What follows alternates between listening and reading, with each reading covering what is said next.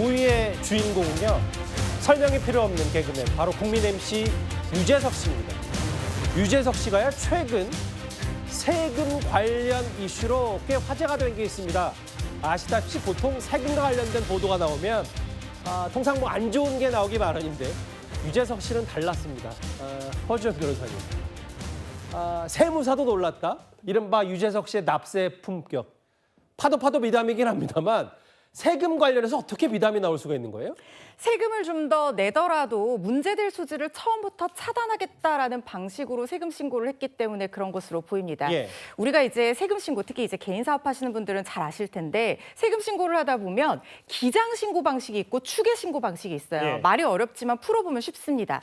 장부에 기록해서 신고하는 방식을 기장 신고라고 하고요. 예. 추계 신고는 추정해서 계산하는 방식으로 신고를 한다는 뜻이거든요. 그렇죠. 그러니까 우리가 세금을 낸다는 것은 결국에는 실제로 벌어들인 돈과 그 비용을 벌어들인 매출에서 비용을 제하고 실질적인 소득에 대해서 세금을 납부를 하는 걸 얘기를 하는 건데, 그렇다면 이 비용을 많이 빼면 뺄수록 세금량이 줄어들 거 아닙니까? 그렇죠. 그래서 사람들이 지금 기장 신고를 하는 거예요. 어떤 경비를 썼다는 걸 하나하나 기록해서 증빙으로 남겨놓는 거거든요.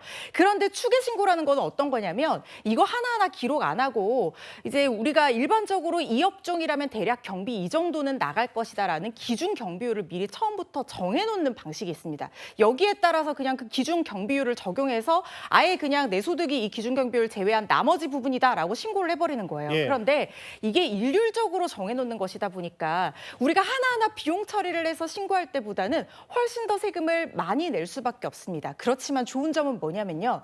특히 연예인처럼 비용 처리가 문제될 소지가 다분한 업종들, 그러니까 쉽게 말하면 밥을 먹었는데 이게 개인적인 사용인지 아니면 사업상 사용인지 약간 헷갈리는 경우들이 있단 말이죠. 연예인들이 뭐 절세다 아니면 해석의 문제다 이러면서 예. 세금이 문제가 되는 거는 이런 비용 처리에 있어서 해석 부분이 문제가 되기 때문인데 예. 유재석 씨는 아예 이런 문제의 그 원천을 차단해버린 겁니다. 예. 그러니까 그냥 나는 세금 면에서 좀 더 내더라도 그냥 기준 경비율에 따라서 그냥 내겠다. 그래서 이게 화제가 된 게 연봉 이제 1년에 100억을 버는 걸 기준으로 했을 때 만약이잖아요, 만약. 만약 예를 들어서 100억 넘게 더 벌겠죠, 유재석 씨. 가정을 했을 때 예. 비용을 40억으로 잡으면 60억에 대해서 세금을 내야 되는데 예. 이걸 기장대리하고 뭐하고 하면 세금을 훨씬 줄여서 27억까지 줄일 수가 있는데 일반적인 경우에 말하는 겁니다.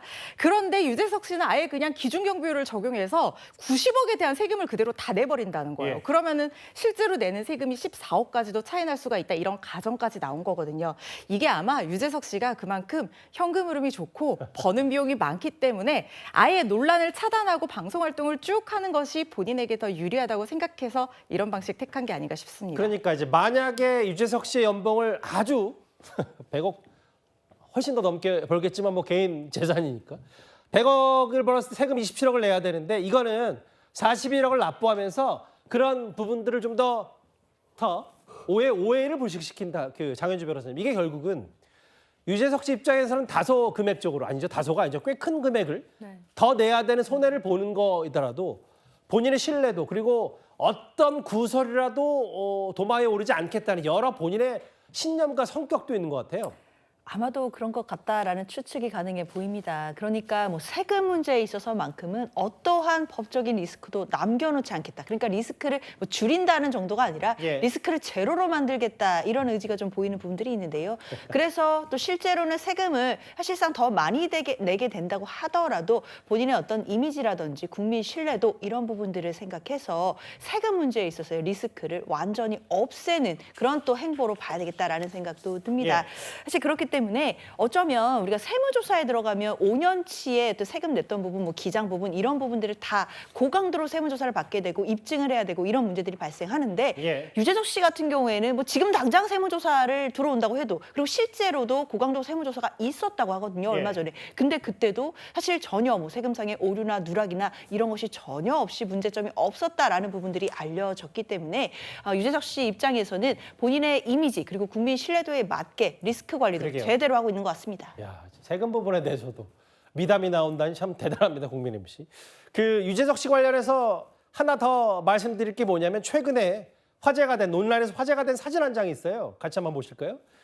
최근에 빌 게이츠가 방한을 했고 유재석 씨가 진행하는 예능 프로그램에 출연했는데 허주연 변호사님 빌 게이츠하고 유재석 씨가 닮은 꼴이다라고 해서 아 저게 부자들 관상인가 보다 해서 누리꾼들에게 많이 얘기가 좀 되나 봅니다. 아니 저도 지금 저걸 보니까 가장 닮아 보이는 부분이 언뜻 눈에 띄는 게 일단 안경이 검은색 뿔테 안경인 걸 보니까 저도 검은색 뿔테 안경 준비를 해서 돈을 좀 많이 벌어보는 부자 관상으로 한번 해봐야 되는 게 아닌가 하는 생각이 듭니다.